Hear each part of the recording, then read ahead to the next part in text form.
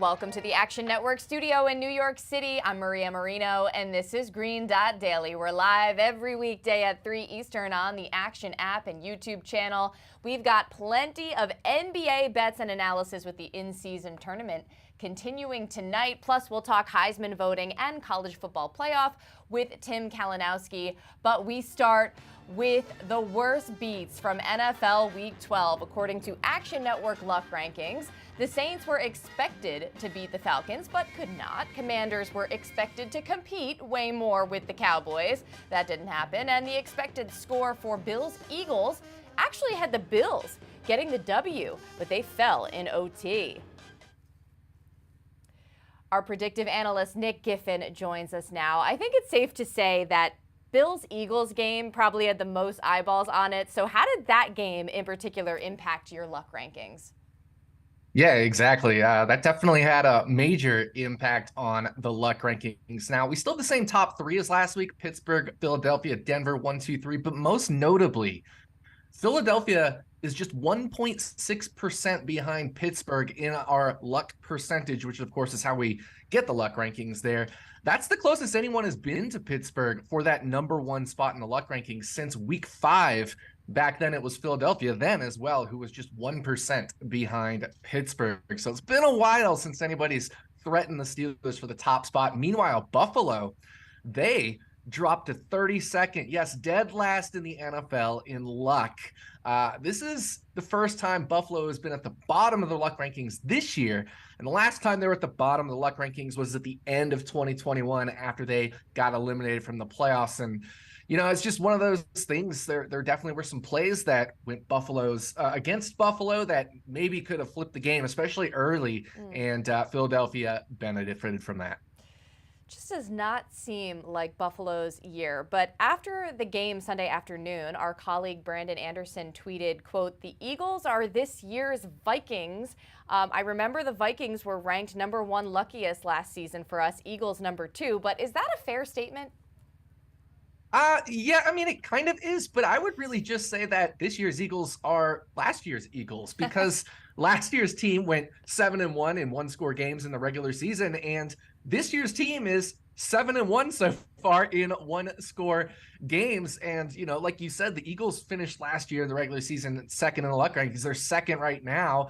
Their expected win percentages in that 60% range, both this year and last year, whereas the Vikings last year, their expected win percentage at this time last year was only around 50%. So I would just say the Eagles are this year's version of last year's Eagles. And so, you know, 10-1, they certainly are a great team. I just think they've been, you know, a little lucky in the record. I mean, let's look at it. For example, that James Cook dropped touchdown, that wasn't Philadelphia being skillful. If anything, that was them being bad. It was just Buffalo happening to drop a pass and being worse, I guess, arguably. But that should have been a touchdown. Then Buffalo gets 2 straight false start penalties, takes themselves out of field goal range. And then all of a sudden, there's points off the board. Buffalo misses a field goal. Again, nothing that Philadelphia could do about that one. So look at last week, Marquez Valdez-Scantling drops a wide open touchdown that would have won the game for the Kansas City Chiefs over Phillies. That's, again, not Philadelphia being good. That's them technically being bad and the other team just being worse. So certainly Philadelphia has been a bit lucky this year. Well, I think there is something to be said for consistency. We'll have Simon Hunter react to this in just a bit. But sticking with the luck rankings, as you look ahead to this week, what does your formula tell us to be aware of? Yeah, this is an interesting one.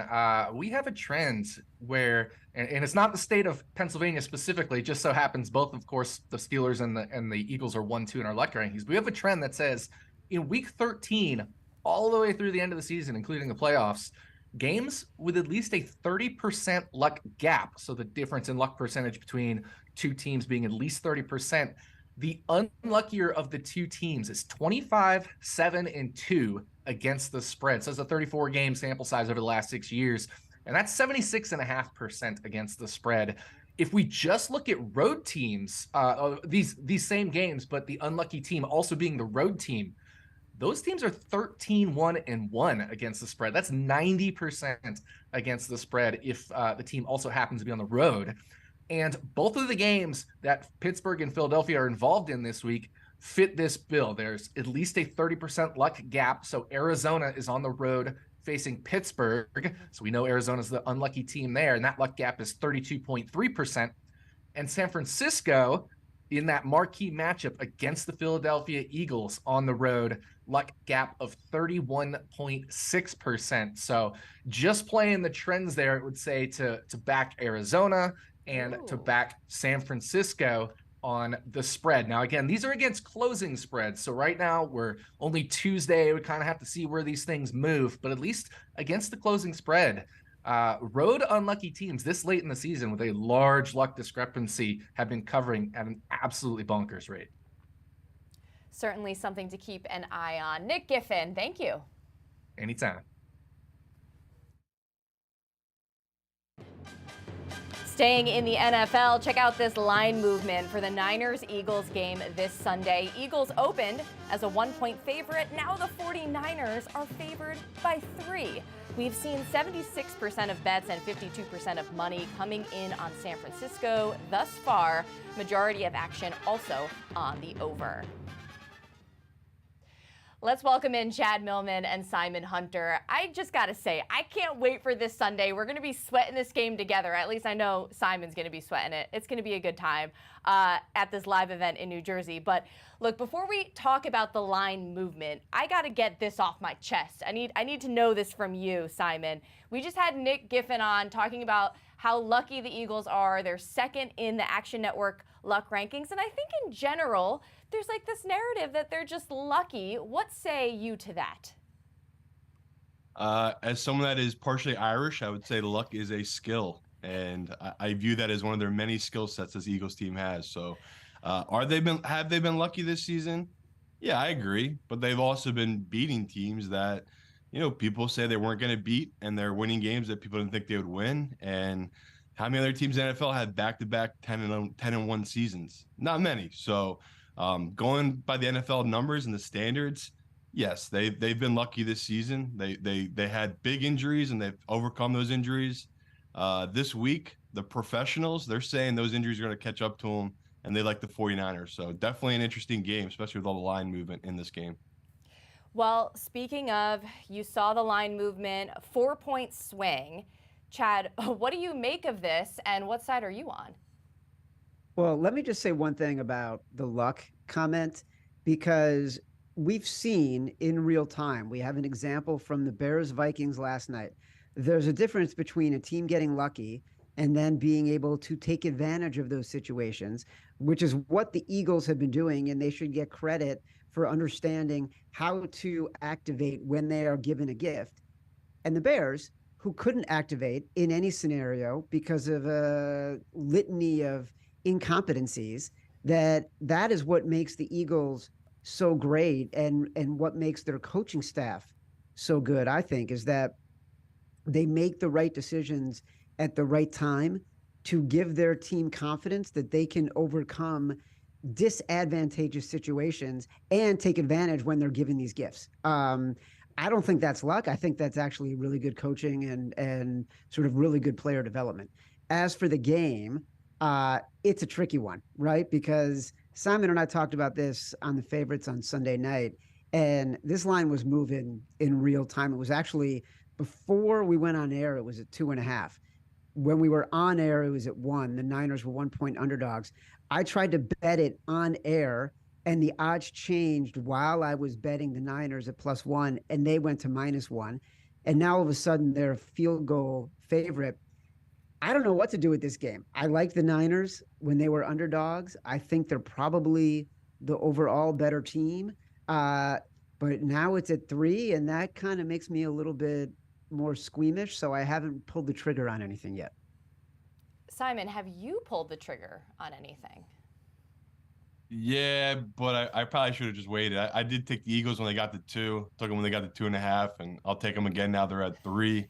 And it's just the simple stat of Hurts has 1 loss at home in 2 years, and that was against the Washington Commanders. So, again, we were talking about the luck. I think Chad nailed it, where it's like you need the luck, but you need to make the drives and finish the drives. And Hurts this year, he's done it. I mean, he has 4 wins when he's been down by 10 points or more. No one in the NFL is even close to that number this season. So they are a team that they've had the bounces, but they take those bounces and they do stuff with it. So in this matchup, I get why the numbers moved. I think Chad was the one that talked about the Lane Johnson stat when we talked Sunday morning. Like, the Eagles are just a different team without him. Now, they did get that win against the Bills, but historically, it's not been good for them not having Lane Johnson.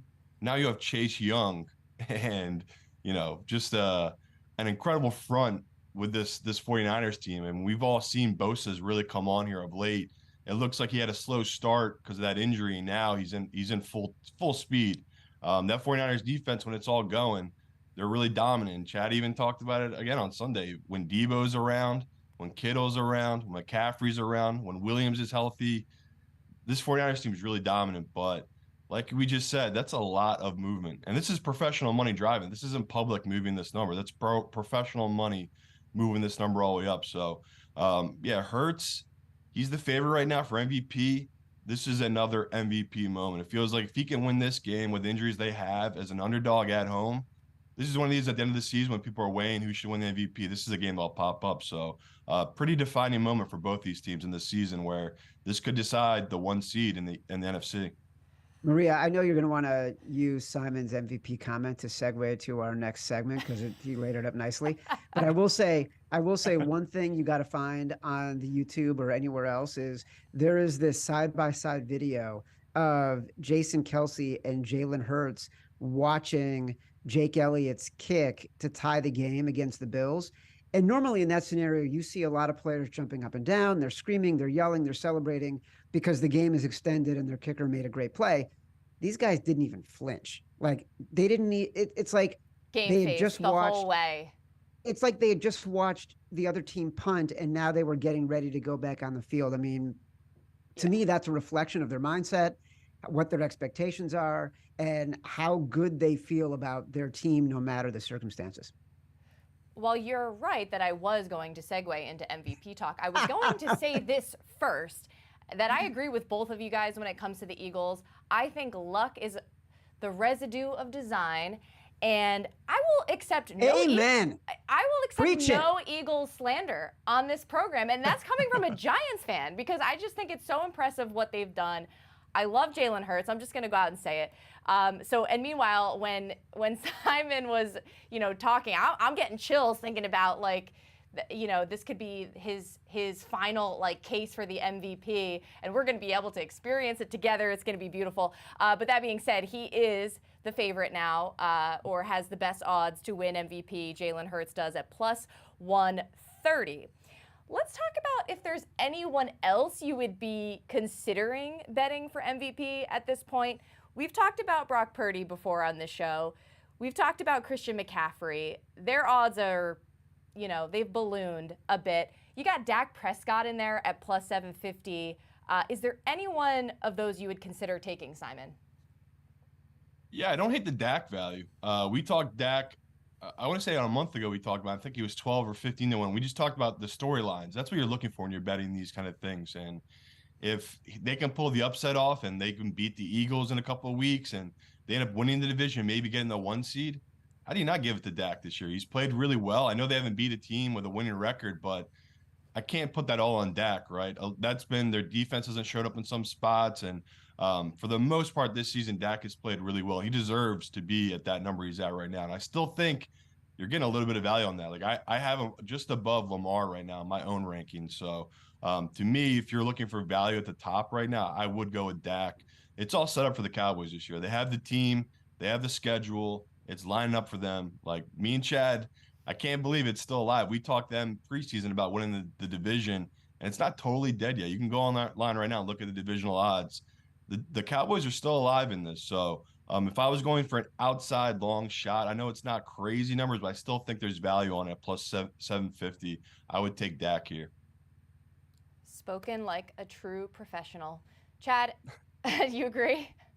No. No. If we're taking long shots on this, then we're going with Brock Purdy or we're going with Christian McCaffrey. And here's why. Because right now is the time to get the value. And this is called betting, right? You're taking a shot on the value. The 49ers are playing the Eagles this weekend. If the 49ers beat the Eagles, which, look, the expectations now, according to the professional bettors who we love and admire, that is what they believe. Brock Purdy or Christian McCaffrey will increase their chances to become MVP. And then I want to give you the 49ers schedule for the rest of the year, okay? Because I wrote this down before coming on this segment, because I'm a professional, Maria. They have the Seahawks, they have the Cardinals, they have the Ravens at home, they have the Commanders, and they have the Rams at home. That is not a difficult schedule to run the table and put yourself in even better position as a candidate for MVP. Give me Brock Purdy. Simon and I are already on Christian McCaffrey, I think, at 25-1. So, we'll take either one. You're both professionals. I didn't mean to insinuate that, Oh, Simon was more I of a didn't take it. professional than you are. I want the audience to know I'm a professional. No, you make a very good point. Okay, look, want to ask about one other game before I let you guys go. Denver and Houston, 8th and 9th in the playoff race, and then we have the Colts that are 7th in the playoff race. How is the game this weekend going to impact that? And Chad, how are you betting it? So it's another tricky one where I love the Texans at 2.5 on Sunday night, and it moved before I could get the bet down, and now it's at 3.5, so it's above that key number of 3. I probably still lean Texans. I think they're the better team. I think the Broncos, you talk about luck and Nick Giffen, like the Broncos have found their way into some lucky spots. Either players that on teams they've played have been out, key injuries, etc. No doubt they've improved, and they deserve all the credit for this win streak. Simon and I would like them to win 3 more games because we have the over 8.5 win total. But the Texans just have been a phenomenal team, and I think that this past weekend, they're not going to get enough credit for how close they came to winning that game, and that they lost largely because of the refs, not because of anything Jacksonville did. They're probably a better team than Indianapolis. So this will have a huge impact on the playoff race and them making the playoffs if they can win the game. Any parting thoughts, Simon? Yeah, it's the public darling of the week, the Houston team. I'm looking at the Action app right now. 70% of the bets, 80% of the money, all on Houston. I'll be on Denver. The lines move too much. I don't like betting Houston as a favorite as well. At 2.5, I think Chad would have been able to talk me into taking Houston there. But now that it's up to 3.5, I like Russ Willis, how he's playing in that Sean Payton offense, and the defense of Denver. They just keep stepping up. So another huge test for this Denver team, but we're getting 3.5. Like, it's just the lines move too much at this point. And if it comes back down, I could be talked about into taking Houston, but at 3.5, I got to roll Denver. All right, Chad Millman, Simon Hunter. I will see you guys this Sunday in New Jersey. It's going to be a great time. Clearly, you can tell I'm excited. Thank you. We're all excited. And you can hang out with Chad, Simon, and myself, and the whole Action Network crew this Sunday, December 3rd in Hoboken, New Jersey at the Shepherd and the Knucklehead. From 4 to 9:30 p.m., we'll be doing a live broadcast of the Favorites podcast. So go to eventbrite.com and search the Favorites pod, or hit the link below to RSVP. In the NBA, group play continues tonight for the in-season tournament. Bucks are favored in Miami, and the Bucks could clinch Group B in the East if they get a win, while the Heat will look to redeem themselves after losses to the Knicks and Nets. In the West, while the T-Wolves sit atop the conference, the Thunder, who are number 2, stand in their way to winning Group C. Timberwolves would also need the Kings to lose and to win some tiebreakers. Which brings us to the nightcap. Kings clinch Group C by beating the Warriors. Dubs have lost 7 of 9, but get Draymond Green back tonight. Kings are only laying 1.5 points. So with that, we bring in Jay Money. Jay, we'll get your official pick in a moment, but first, what are your thoughts on this Warriors-Kings matchup? Man, it's a huge game tonight, Maria. So you have Draymond Green coming back in this one, but I actually lean towards the Kings in this particular game. This is double revenge from this year, meaning they've lost both meetings versus the Warriors. It kind of seems like the Warriors have kind of owned them. Obviously, they knocked them out of Game 7 of the playoffs last year as well. So you also get playoff revenge for the Kings here. They've had 3 days off. Only bad thing for the Kings is that they're coming off a 6-game road trip, but other than that, they're rested, they're ready to go, and I really think they have real beef with the Warriors here. So while they get Draymond back tonight, I actually lean towards the Kings to get the win, get some revenge here at the house. Yep, they absolutely do have the revenge factor going. Interesting, though, you pointed this out on a show recently. Warriors have actually been better on the road this year, 5-3 on the road. As for the West overall, Timberwolves leading the pack. Can they sustain that?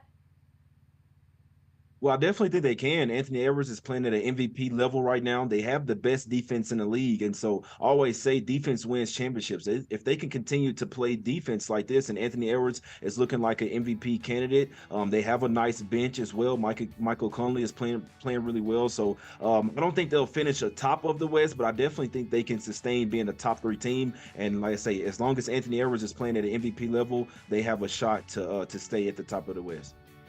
Well, since you mentioned Anthony Edwards playing like an MVP, would you consider betting him to win MVP? And do you have any other leans in that market? Yeah, I would bet. I would consider betting Anthony Edwards in MVP. I can't say that it's most likely that he could probably get most improved player, but like when you're winning MVP, you kind of have to have 2 straight years of dominance for you to be in that conversation. But I mean, if the Wolves stay atop of the West and they're number 1 seed, and Anthony Edwards keeps playing like this, he's definitely got to be at the top of the MVP choice. Me personally, I kind of feel like Devin Booker might have a little bit better chance there, in my opinion. But out of those two are some great bets, obviously at high odds. I think you make a great point with MVP voting in the NBA. It's almost like you need a couple of years to gain steam before you're actually going to break through and win the award. All right, let's get to your pick, shall we? Another important matchup tonight in terms of in-season tournament, Rockets-Mavericks. Who you got? Yeah, I'm taking the Rockets in this one, man. I did post on the Action Network app at +5.5, but the line is going down to 3.5 right now. But I still like it. This is a must-win game for the Rockets here. So you're telling me I'm getting points with the team that has the more motivation in this game. They're 10-0-1 against the spread in their last 11 games as well. One of the hottest teams in the NBA. They also went 3-1 against the spread versus the Mavs last year. This is obviously a much better Rockets team this year. Like I said, one of the hottest teams in the league. They will win their group. All they have to do is win this game. So I feel very comfortable in taking the points with the team that I think is more motivated and I think is going to win outright. The West is full of surprises this year. A lot of teams contending or competing that we might not have expected, maybe haven't seen so much recently. J Money, thanks for joining the show. We always appreciate it. Anytime, Maria. Let's cash. As mentioned, Draymond Green makes his return tonight from a 5-game suspension, and he's featured in one of our Action Pro top props, which you can get access to with a subscription within our app. And his over 12.5 points and rebounds prop is getting a grade of A+. Action Network writer Bryan Fonseca knows a thing or two about props, joining me here in studio.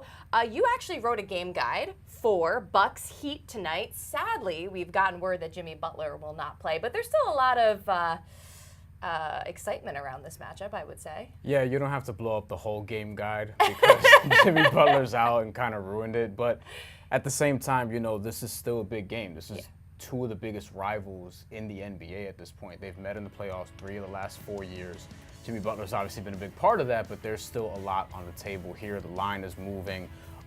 Jimmy Butler being out sort of may affect things, but Miami's still been very good at protecting their home court against the Milwaukee Bucks. They're 6-0 going back to the 2021 playoffs when playing Milwaukee at home. And Bam Adebayo has had some success against Giannis Antetokounmpo, which I'll get to in a second, but ultimately they're just not going to have enough firepower, I feel like. And I felt better about their chances winning this game if Jimmy Butler were there. They're 4-1 at home this year. 12 of their 17 games have been on the road. Jimmy Butler not being there is a big piece, but they also do have Eric Spoelstra, and Eric Spoelstra kind of likes these games. I don't know if he would admit it, but he kind of likes these games where they're short-handed and one guy's missing, two guys are missing, and everyone else can sort of overcompensate for what they're missing. So we'll see what happens tonight. I feel like Spoelstra lives for these games, to your point, because it's just a chess match at that point. Yeah. But the interesting element as well, I mean, Damian Lillard, kind of a closer now for the Bucks. It's something that they didn't have against the Heat previously, and we know about all the trade, non-trade drama that happened over the summer. As far as in-season tournament, too, we should mention Heat need a win to stay alive. They can win their group with like a few different things happening. Milwaukee would win the group with a win over Miami. Yeah. But all that aside, what is the prop that you are riding with?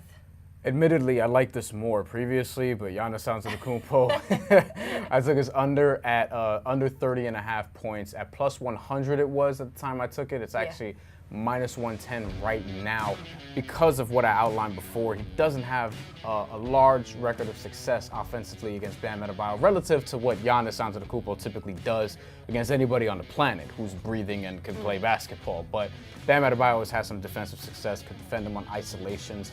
Giannis is not somebody who's going to get hot from three traditionally. If he gets to the free throw line at a great rate, which he normally does, he doesn't knock down all of his free throws. His percentage can come and go. So I like the chances of that. And you could argue that with Jimmy Butler out, Giannis might not need to score as much. You could argue that this game could get out of hand a little bit. I've outlined that the Heat are not great in fourth quarters. They're 5-12 in fourth quarters. They're minus 56 in fourth quarters. And obviously Damian Lillard probably matches up better with this Heat team because their perimeter defense without Jimmy Butler, potentially without Haywood Highsmith, we'll see, he's questionable as of now. But Damian Lillard could potentially light up that backcourt. And oh, by the way, he might relish at the thought of everyone else booing him every time he touches the ball in case that happens because the Heat wanted him, they didn't get him, he's on the rival team now. So Damian Lillard's treatment will be very interesting tonight. I could absolutely see this as a Dame spot, and to your point, just the Bucks not necessarily having to score as much. Like, I think the Heat want this to be one of those defensive battles. So I still am looking forward to it, even though I do wish Jimmy was playing. Yeah. But Bryan, thank you so much for hanging with me in studio. Absolutely. Anytime. Hey everybody, it's Joe Dellera, and I've got a couple of my favorite plays for the final day of the in-season tournament's group stage in the NBA. The first play that I'm looking at is Kevon Looney over 11.5 rebounds plus assists. I really like this play in what should be a tightly contested matchup between the Warriors and the Kings to see who can move on into the next round. And I like Kevon Looney in part because I think some of Sabonis's lines are a bit inflated, but he also matches up really well against Domantas Sabonis. I like the combination prop for Looney because he can contribute from both a rebounds perspective and from an assist perspective, as he gets a lot of those handoff plays or the kickouts to the corner for the assists, and he also can grab a bunch of the easy layups against this Kings team. So I like Kevon Looney to go over 11.5 rebounds plus assists. For the next game that I'm looking at the Bulls versus the Celtics, and I'm going to be backing Jason Tatum to go over 37.5 points plus rebounds. This is a spot where, despite some of Tatum's comments about not wanting to blow out other teams, the Celtics just do it anyway.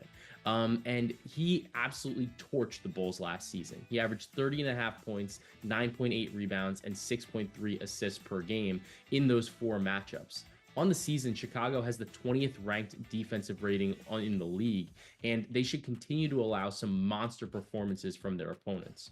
And over the last two seasons, looking at Tatum specifically, when Boston's won by 15 or more points, he's averaged 31.2 points per game. I like him to go over the combination prop of 37.5 points plus rebounds. And finally, we're going to the Minnesota Timberwolves versus the Oklahoma City Thunder, and we're going to be grabbing Rudy Gobert over 11.5 rebounds. This is a matchup against Chet Holmgren of the Oklahoma City Thunder, and they've allowed some monster rebounding games to centers, including Jokic, Okongwu, Sabonis, Capella, and Embiid. And he's been a little bit cold on this line. He has not hit it in the last 6 games, but this is an absolute get-right spot. Oklahoma City is allowing the 5th most rebounds per game to their opponents, and Gobert still ranks 3rd in the NBA in rebound chances at 20.2 per game. So to recap, My favorite plays for today's NBA slate are Kevon Looney over 11.5 rebounds plus assists, Jason Tatum over 37.5 points plus rebounds, and Rudy Gobert over 11.5 rebounds. Best of luck on your wagers today and enjoy the rest of your Tuesdays. All right, it's time for Tim's Takeaways with Tim Kalinowski. Hello, Tim. You're a regular on BBOC, so we figured let's get into some college football. I'm sure you have plenty of takes. Let's start with this Heisman race. We know Oregon's Bo Nix is now the odds-on favorite over LSU's Jalen Daniels. Who are you backing? Well, first off, I'm lucky enough to listen to our lovely experts here at Action Network, Colin Wilson. He told people, hey, he said he was jumping aboard Bo Nix 30-1 a few weeks ago, I'd say now. I don't know. Time is moving so quickly. But anyway, so I grabbed it. So I got a Bo Nix ticket at 30-1. And now we're sitting here with Bo Nix being the favorite. He gets to play championship weekend as a 9-point-ish favorite over Washington. And Jalen Daniels doesn't play this week, right? They're not in a championship game. He's idle. And I think what's been difficult about gauging this is, does Daniels still have a chance to win by not playing this week? And I've been kind of taking Brett McMurphy's temperature, who obviously, knows a thing or two about college football and is a Heisman bettor. And he said he still would go Daniels at this point right now, and which is pretty shocking because this award has come down to the best player on the best team on the last weekend of the year, which would point all signs to Bo Nix. But listen, I'm actually probably going to hedge out by betting just Washington money line, because I see it if Bo Nix loses, it's Daniels' award, and you get a good plus money value there on Washington. So it's a unique situation that I don't think that I guess with Caleb Williams last year, but hey, we always said this thing's stupid. It just comes down to the last weekend of the year, or the best team on the last weekend, and I don't know if that's totally the case. Well, we will have Colin and Brett here on the show tomorrow. And you mentioned, Oregon taking on Washington. There's a few big matchups this weekend. We got Georgia, Alabama. But what in your mind is the most significant?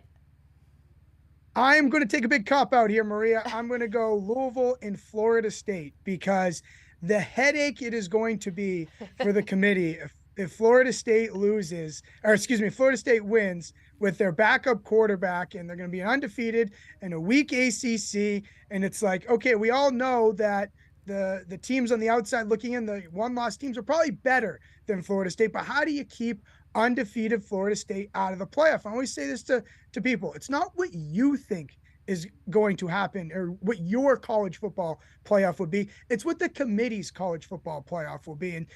And look, they've said before, we take injuries into account, but they also have about 1,000 rules that they choose which ones to apply which weeks. And I think it's going to be really tough for them to get in that room and say, being undefeated in a Power 5 conference, yeah, sorry, no can do, go take a hike. So I think that the committee is probably begging for a Louisville win so that they don't have to go through that headache and kind of the PR questioning of how everything's going to go down here. How could you possibly say it's a backup quarterback? So yeah, everyone's rooting for Louisville here just to make it easier. It's not an exact science. And speaking of, as we start to envision what this college football playoff will look like, I mean, there's a chance we get a one-loss SEC champion, Alabama, one-loss Big 12 champion, Texas. I mean, what happens then? Is there a chance the committee would leave out Bama? Well, here's the thing. And again, to quote Brett McMurphy, I told you, I've talked a lot about Brett, but gassing up Brett a lot. Maybe I'm talking to him too much. But he said, look, you get the electric chair if you don't have an SEC team in the college football playoff like that. And he's pretty much right. How could you not have an SEC team in the college football playoff? But there's a number of scenarios where you're going to be weighing Alabama versus Texas for who gets the final spot in the 4-team playoff. And my thing is this, I get it, it's the SEC. But Texas beat Alabama by 10 in September. And you can say, look, hey, is that the same version of Jalen Milroe that he was back in September? He's obviously improved tremendously since then. And Texas has messed around and played with their food. And, hey, these are different teams than when they played. But then why play the game? It would just really disappoint me if we would to put in Alabama in this situation just because it's SEC and they're Alabama and they got better throughout the year when the two teams played. So if I'm another team, I'm going, then why do we play out of conference? Why do we do this? We're fans of the sport because of matchups like that in September. That's what gets us salivating on a Saturday in the fall. And it's like, it's all for nothing. It doesn't matter. So I'm kind of getting the committee in trouble for something they haven't done yet, but that's part of the game. When you apply different rules week by week, I can get you in trouble for something you haven't done. And again, it would just really, it would just suck, because it's like, these teams played. They played. One team won, the other lost, put the winner in. In fairness, we asked you to make a prediction, and we'll follow up on this. You know, we'll see how it goes. And by the way, you're kind of like a Brett protege. Am I wrong? I mean, you got the mustache going on. Yeah, I mean, look, Brett likes to make fun of me for how young I am, and so I think the stash is, you know, it's a little no shave November or whatever. But I'm saying, hey, Brett, I'm a little older than you think. He always says to me, like, he's like, well, you just graduated high school last week. I'm like, you know, okay, Brett. He says, I mean, in an endearing way. And then, you know, he says, Tim, you weren't born yet. You don't remember this stat. You don't remember this player. So yeah, I'm just keeping up with Brett. And here I am giving him credit. He won't even know about it. Oh, he'll know. I'll make sure he knows when he's on the show tomorrow. Tim, the mustache looks superb. Thanks so much for joining Green Dot Daily. Appreciate it, Maria. Thank you. Remember, any picks we give out here on the show, like the ones you heard earlier from all of our experts, you can easily reference by following Green Dot Daily in the Action app. We keep track so you don't have to. That's going to do it for the show. I'm Maria Marino. Thanks so much for hanging with me. I'll see you back here tomorrow at 3 Eastern on the Action Network YouTube channel and the Action app.